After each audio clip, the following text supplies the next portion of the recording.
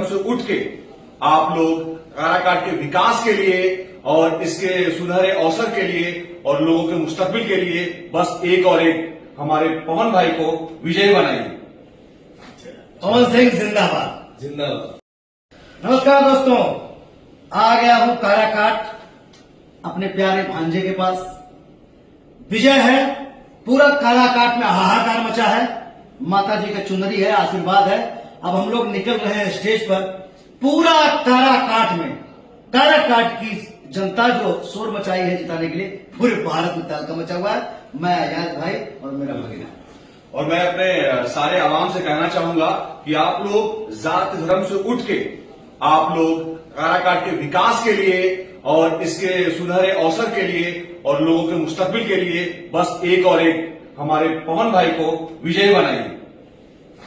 पवन सिंह जिंदाबाद। जिंदाबाद। अब भागना